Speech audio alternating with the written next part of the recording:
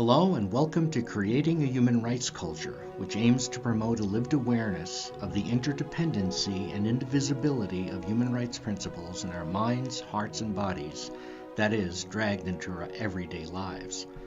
What, after all, is freedom of speech to a person who is homeless and lives in a world at war?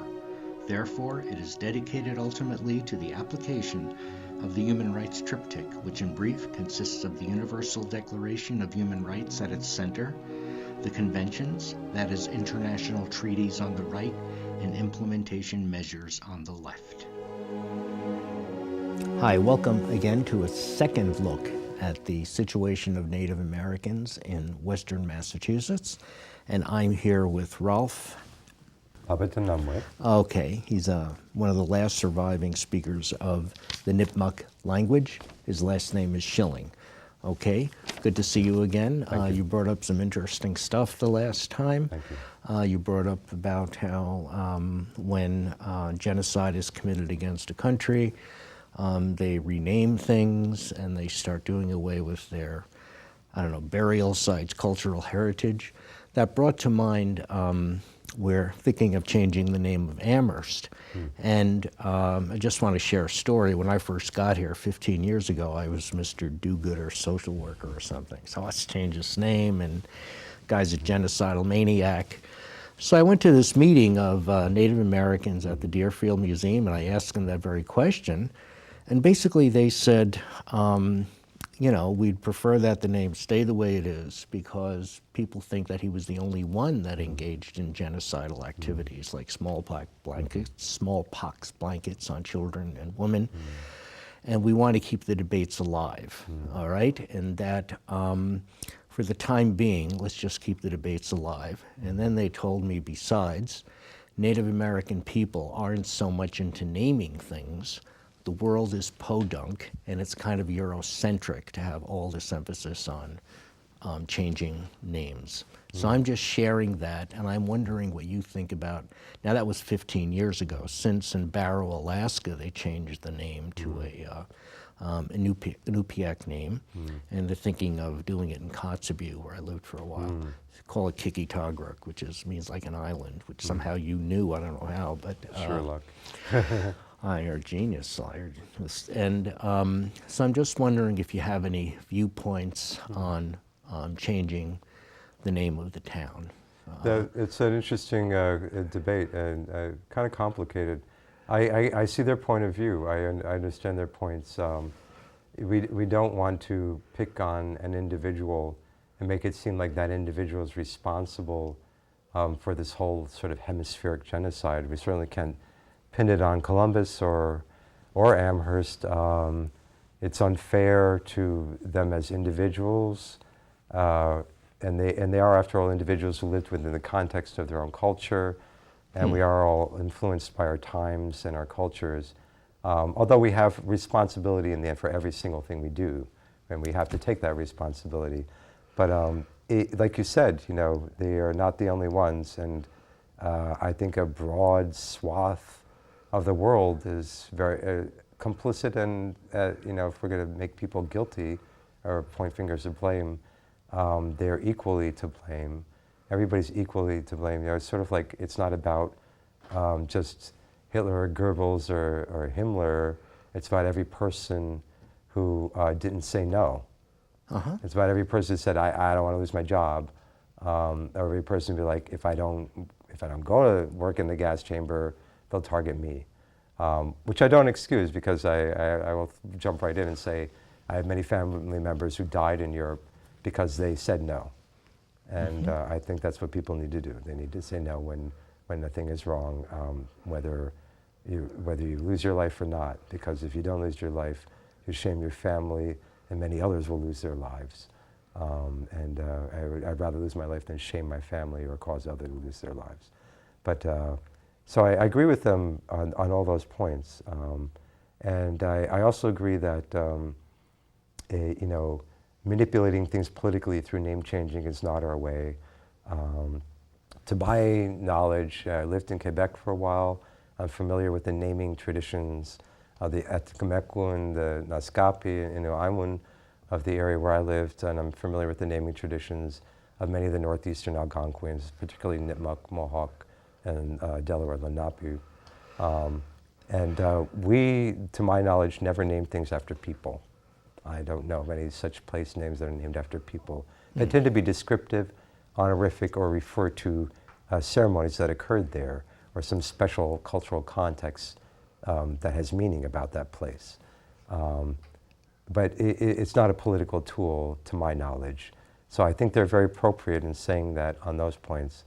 On the other side, to me, it's an upsetting reminder that's unwelcome. I wouldn't want to walk into a town named Hitler, Goebbels, or Himmler, or anything like that either, or Mengele, or anything like that. So I'm not happy with Amherst, and I do agree with all of their points. I don't know that renaming as a process, to me, is an attack on history and legacy. So I don't like the concept of renaming as a process, although I wouldn't argue that it should never be done. I think there are many appropriate cases, but I don't personally advocate. I don't like the idea of erasing anything from history, even if it's an unhappy piece of history. To me, what I like personally, speaking just for me, I think a very apt solution can be found in co-naming, which happens in Canada, in French and English. Also, we have signs in Cree and English all over Canada. If you see these things that look like it might have been written by Martians to your eye or whatever, that's probably Anishinaabe writing, or one of I shouldn't say our, because I'm not part of the Anishinaabe people, but one of the many branches of the Cree peoples and their relatives all use a common writing system, which is, again, a big secret in the world, that there is a native writing system in North America that some claim predates contact, other people say that it didn't. Interesting. So I would be happy to see Towanuxet / Amherst, or Towanuxet, Amherst, on a sign, Maddinpash, Sunderland, and it would be lovely if people even knew that when they stand in Amherst that they're standing in Towanuxet, and what that means and why it was named that way. It means, by the way, comes almost to a wall, or comes almost to an end. And it refers to the part in Fort River where it makes a very tight oxbow and almost stops. That's what they're referring to. And so to me, an ideal resolution would be to co-name Amherst Towanuxet, like every place in Ireland has two names, and every place in Quebec has two names, or three. And the people in Ireland and Quebec seem to be able to drive around and not get lost nonetheless, so that people can read in their language and can apply, live in their culture, and there doesn't need to be an either-or conflict. Those who speak English and want to live in English culture can read signs through their own culture and move in their world within their culture. And those who are native or otherwise other languages in different contexts can also move within their culture, read in their culture, and live in their culture. Everybody's happy. And all you need is enough space on the sign to have two names. Well, thank you. I like that. That's why you're here. I never heard this argument. Let me just share with the viewers, we've been talking a lot, making comparisons with what happened to Jews in Germany and also what happened to Native Americans here. There is a picture here. Well, I guess you're going to show it to our viewers after taking this, but it's a picture of the Cleveland Indians. Yeah, I've seen them. And it's similar where he looks kind of, I don't know, old and decrepit or something. Looks a lot like Jimmy Durante. Yeah, there you go, yes. And also Hitler would have pictures of Jews in a very pejorative way. So I'd like to just share that with the viewers. And it's supposed to be very unflattering, but they both look like me. Oh, well, whatever. I'm okay with that. You're okay. That's okay. I don't mind looking like Jimmy Durante. Okay, all right. Well, as a kid, I liked the guy. So with that digression, you also brought up something about what people do that commit genocide, is they kind of destroy the burial grounds, the sacred sites, and things like that. Yeah. Is this happening in Western Massachusetts? Would you Certainly care is. to comment? Coming in from the point that you brought up here, where images are used to villainize and slander or defame people, that is a tool that I'm familiar with. That is sometimes, like in the case of just a mascot for the Cleveland Indians, I don't think it's meant to undermine anybody, but it certainly is a legacy of people who have been undermined. When we're talking about the Nazis and their use of negative imagery of Jews and Judaism, it harkens to what's happening in the United States today with people who are Aryan nationalists and white supremacists, in terms that I don't even like to say out loud. If you look at the propaganda that comes out of groups like that, it speaks where people who are aggressors try to cop the language of victimization for themselves. So they talk about how white America is being threatened apparently by just non-white people getting born and having access to equality in life. It's an obvious untruth, but what people do who want to aggress on other people is they then begin to paint a propaganda picture, which the Nazis perfected, although propaganda goes way back in history, that bends public understanding to their will. And once the public's understanding is bent to your will, it becomes possible to do anything without being questioned. And we know what happened in Europe, and it's very clear the result can be, nightmarish, and something that you would almost inconceivable as a human, that you would think humans can, and it's hard for us to deal with because we don't want to think that humans can do that, but we do it often, sadly. There's Voltaire's comment, if you can make people believe in absurdities, they'll commit atrocities. Beautifully said. Nobody can say it like Voltaire. It's exactly that and nothing more. And so this comes forward to times today where we went through a diaspora, we went through a Holocaust. To talk about I want to talk about that a little bit separately, but Native nations are doing a lot to improve and bring positivity to things that have a lot of historical negativity, and I'd like to get to that. But before I get to that, I want to address what the legacy of problems that remain. And so the land was taken, the resources were taken, places were renamed. Our cultures became very thinly represented in the printed legacy and the cultural legacy, and we've done a lot to recover that. And it's been recovery. It's been 400 years, as the Lenape say, holding on to the center post of our culture, which in the big house, the center post is the staff that reaches to the Creator. It's the most important thing, and the pathway to our salvation, which I think can speak to a lot of other religions in those simple terms. And we held fast to that center post for 400 years. And we have been recovering from our losses in all that time. We haven't been sitting silently on our hands. And the Native people that you can see today, if you want to access our voice, you can see that we've come a long way in recovery. And we certainly have. But what's happening now is a sort of a final stage of genocide where the last remnants, the last traces physically on the land, and the last traces culturally in the record and in the what you would call the speech or the conversation of America are being erased. And this has to do with yet another layer of resource extraction where we're a country that's energy hungry. We've become very used to being, we have very, not to get too far off topic, but our technology is very energy inefficient. We have horrifyingly inefficient technology, which my IT friend talks on quite more intelligently than I can. I have done a lot of materials. I do science editing for research reports in international peer-reviewed journals, and I've done a lot of materials science, or I should say a lot more than I care to do. It's hard to find people to do the editing, so I get work in that because it's not an attractive subject. and I've done a lot of building design editing, and it's clear from technological studies on building design that we have, solar systems to go of reach in efficiency. We're terribly inefficient. And as a nation, Americans are the most inefficient of an inefficient world. Right. We suck down more than a quarter of the world's energy, while we represent, I don't know what, a very small, I think 10% or something like that. 5%. 5% of the world's population. And we use 1/3 of the world's paper. Right, so here we go.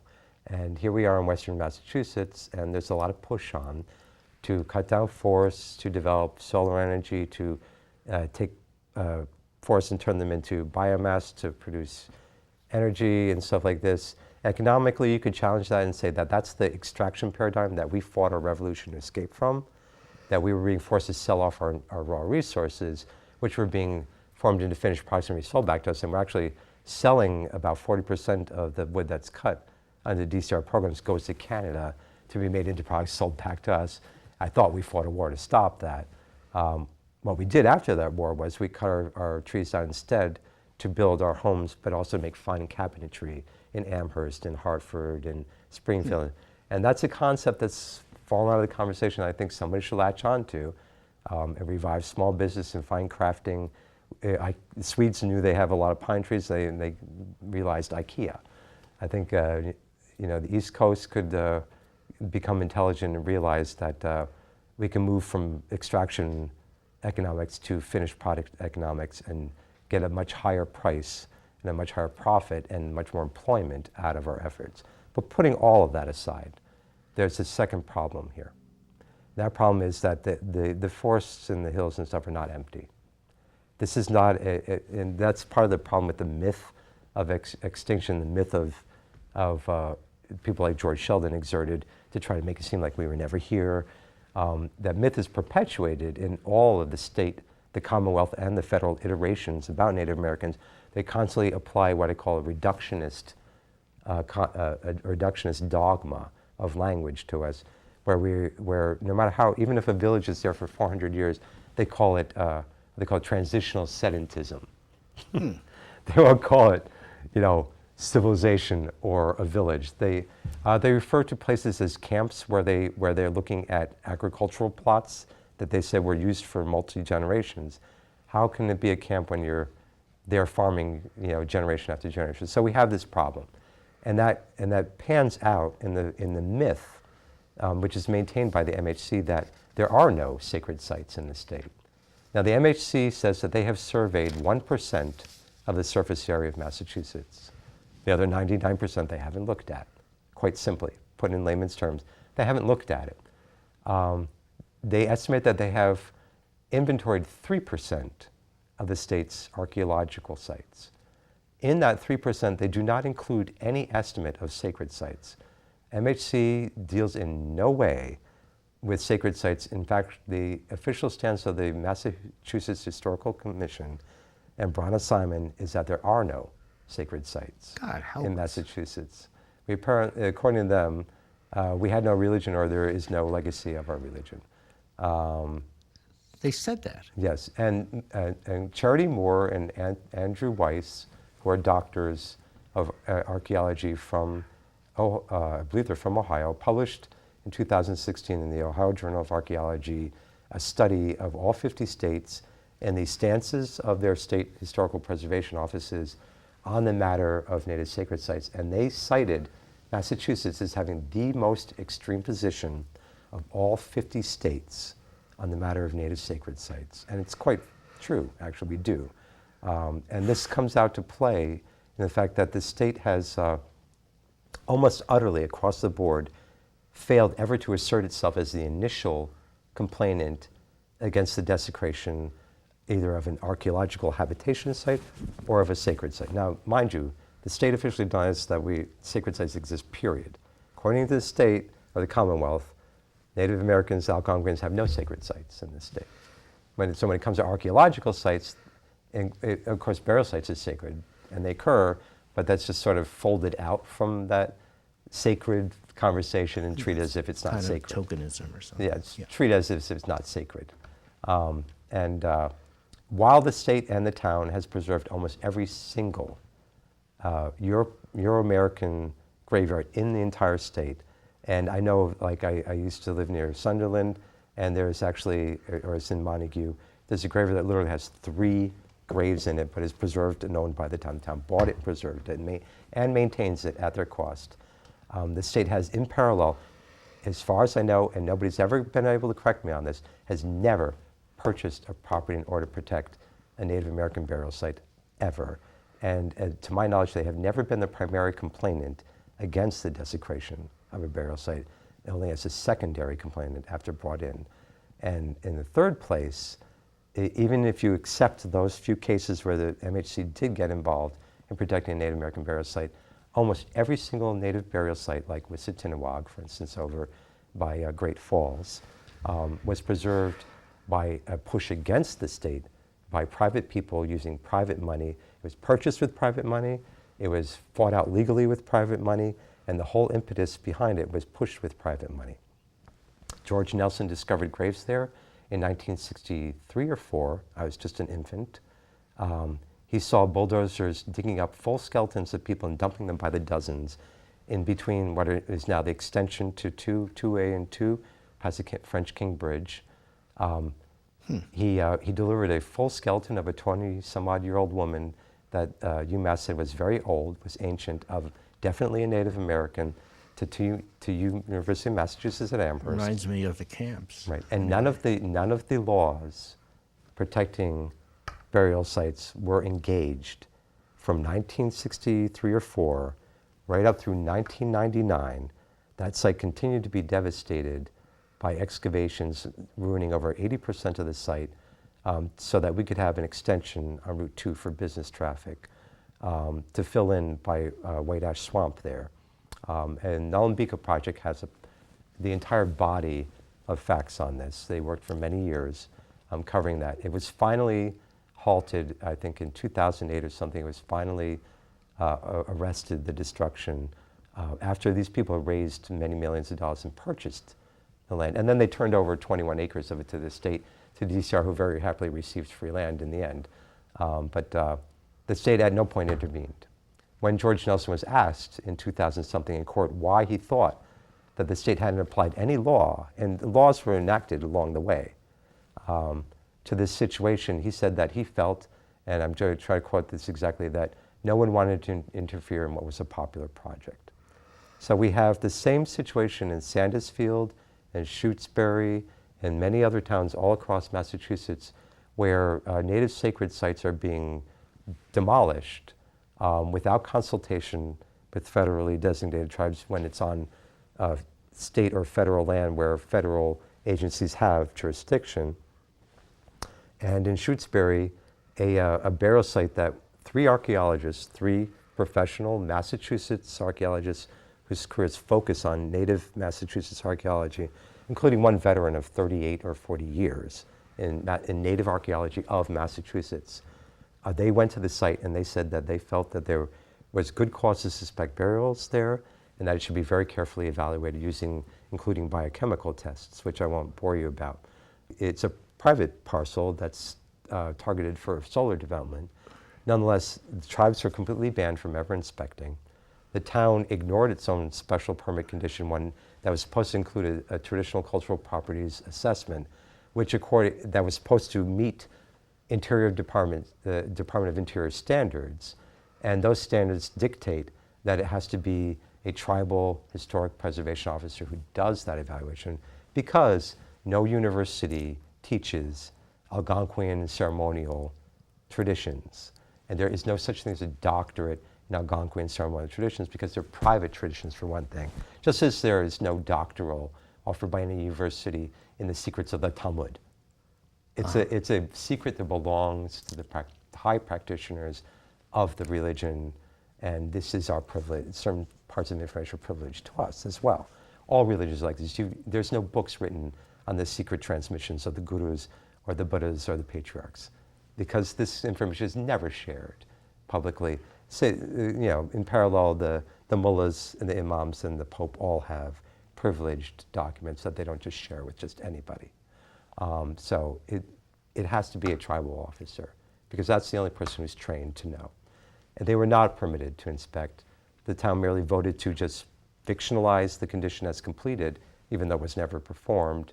The owner banned all Native Americans and anybody who spoke up about this from all their properties across Massachusetts, which includes hundreds of thousands of acres, because they're the largest property owner in all of Massachusetts. And they are right now demolishing, desecrating sacred sites and graves when no test whatsoever has been performed capable of either determining the absence or presence of human remains. And to put it quite simply, I was trying to be very clear, but no tests for human remains of any kind were performed, of no kind. It was simply a walkover where they said, we think they're tree throws, we're done. They didn't even allow archaeologists or the tribes to examine actual data regarding the graves. They didn't even collect pertinent data. They didn't collect a plethora, and I'm the chair of the Western chapter of Massachusetts Archaeological Society, and have published a couple of archaeological and ethnohistorical reports, and I'm well aware of the standards that are normally applied, and they simply were not applied. Despite all the objections, tribes objected, archaeologists objected, citizens objected. What ended up happening was the newspapers liberally beat us over the head for our objections, called us solar foes, called us NIMBYs, accused us of making things up about our own culture and religion. And it continues in that vein. We just recently had a very abusive article written about us that was, unconscionable in my terms, because I was briefly a journalist in college trying to pay my way, and I had certain ideas about ethics.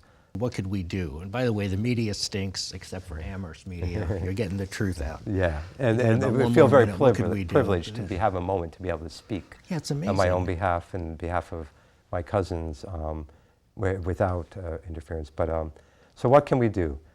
We can become more conscious of equality. We can become more conscious of, are we treating other people's cemeteries like we treat our own? Are we treating other people's cultural heritage like we treat our own? Am I respecting this other person's, am I doing unto others exactly as I would have them do unto me? Yes. Would I have these others do this to me?